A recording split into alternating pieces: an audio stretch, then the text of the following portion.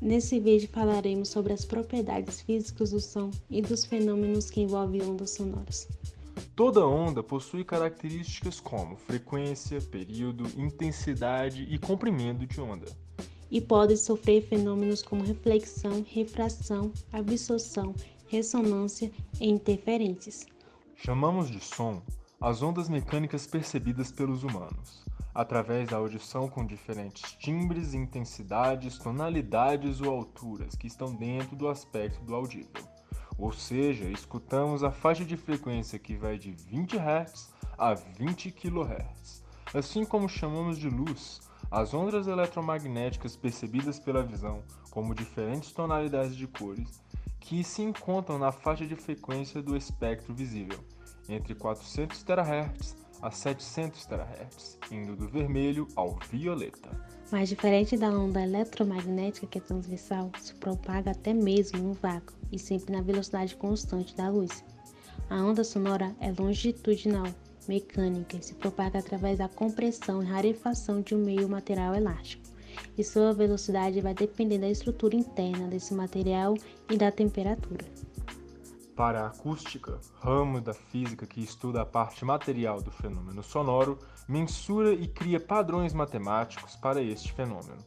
Som é uma perturbação física de um corpo que vibra em meio material elástico, que pode ser ou não captado pelo órgão auditivo humano. Já para os músicos, sons são ondas sonoras específicas, aquelas que podemos perceber. Quando escutamos um som, a vibração do meio material faz o tímpano vibrar, e do outro lado do tímpano, essas vibrações são transmitidas através do ouvido médio por ossos minúsculos. São os únicos ossos que deixam de crescer logo após o nascimento. Os ossículos dos ouvidos de um adulto têm o mesmo tamanho que o de um recém-nascido. O menor osso do corpo humano, o estirpo, martelo, tem mais ou menos o tamanho de um grão de arroz. O martelo fica na janela ovalada do ouvido interno e transmite vibrações através dele. Do outro lado, tem algo bem intrigante. Se chama cóclea. É um pequeno tubo ossudo em forma de espiral. É a chave para entendermos como escutamos tão ampla gama de sons. Se aproximarmos com um microscópio eletrônico, veríamos algo notável, o segredo de como o som é transmitido ao cérebro. Fileiras de pelinhos com apenas milésimos de milímetros de altura. Quando o som as faz vibrar, elas enviam ao cérebro sinais elétricos que percebemos como sons. É um espetáculo fascinante que estamos a ponto de ver como sucede. Observando mais de perto esses objetos como grupos de 3 fileiras de pelinhos que formam parte de um sistema amplificador autônomo. Se olharmos por baixo deles, conseguimos ver o resto do amplificador. Aqui está. Os pelinhos saem de uma célula como forma de salsicha, que está abaixo deles. Se isolarmos uma dessas células, vejamos o que acontece quando escutamos música. Talvez reconheçam a canção. 1, 2, 3 o'clock, 4 o'clock, rock. 5, 6, 7 o'clock, 8 o'clock, rock. 9, 10, 11 o'clock, 12 o'clock, rock. We're gonna rock around the clock tonight. Put your glad rags on. Elas dançam, literalmente. Nosso aparelho auditivo possui células ciliadas na cóclea. Esse osso em forma de caracol, as menores captam frequências mais agudas e as maiores as frequências mais graves. Dessa forma, o processo de produção sonora envolve 3 elementos: uma fonte geradora, pode ser um instrumento musical, um motor ruidoso, um cone de alto-falante, a voz humana ou qualquer outro dispositivo capaz de transformar algum tipo de energia em ondas sonoras. Um meio propagador, em princípio qualquer material elástico, ar, água, metais, madeiras, etc. Está apto a permitir a propagação de ondas sonoras. Existem também os obstáculos, paredes, vãs, superfícies, corpos, etc., que interagem com o meio, alterando características das ondas sonoras. E um receptor é o sistema que recebe e decodifica o estímulo proporcionado pela onda. Pode ser representado pelo sistema auditivo ou outros meios de captação e registro sonoro, como microfones e gravadores.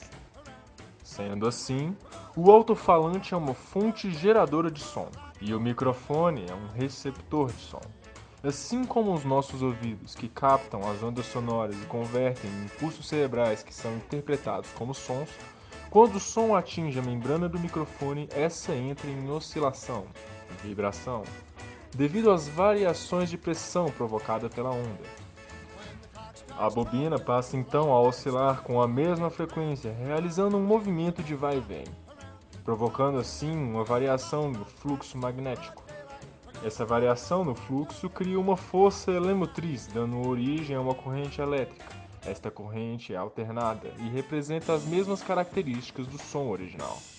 Embora microfones e alto-falantes funcionem de maneira inversa, ambos são chamados na eletrônica de transdutores, por converterem um tipo de energia em outro. O microfone capta a energia mecânica das ondas sonoras e as converte em pulsos elétricos, ou seja, transforma em ondas eletromagnéticas, que podem ser gravadas ou transmitidas. Ondas de rádio são ondas eletromagnéticas que não podemos obviamente enxergar, nem ouvir, a menos que sejam convertidas em ondas mecânicas.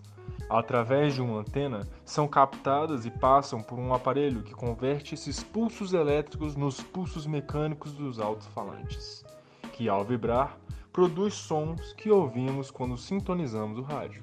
O som e a música regem-se por rigorosos princípios matemáticos.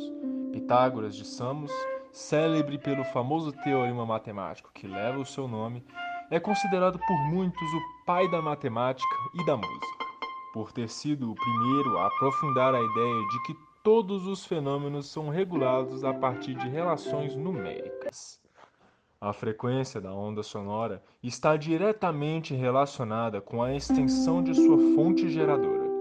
Quanto maior for essa extensão, mais grave ou mais baixa será a frequência, e quando menor for a extensão, mais alta ou mais aguda será a frequência. A escala musical pitagórica é formada por 7 tons musicais: Dó, Ré, Mi, Fá, Sol, Lá e Si, onde o oitavo tom terá o dobro da frequência do primeiro. Vamos medir as frequências do teclado utilizando esse aplicativo medidor de frequências.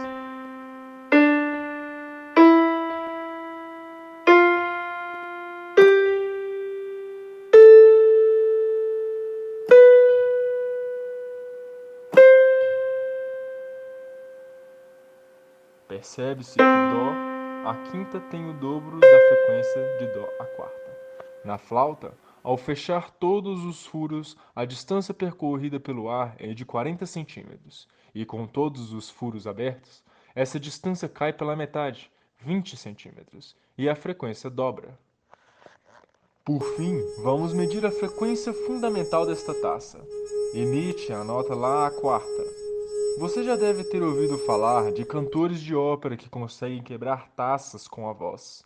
Isso ocorre devido ao fenômeno da ressonância. As moléculas que compõem o vidro da taça estão vibrando em uma frequência fundamental. Ao emitirmos a mesma frequência, estamos em ressonância. Amplificando a intensidade dessa vibração para que a taça quebre, é necessário que a intensidade seja forte o suficiente. Ou seja, precisamos gritar num volume de 120 decibéis e a frequência fundamental da taça para que ela se quebre. Se gritarmos apenas na mesma frequência, mas sem a intensidade suficiente, a taça irá ressoar, mas não quebrará.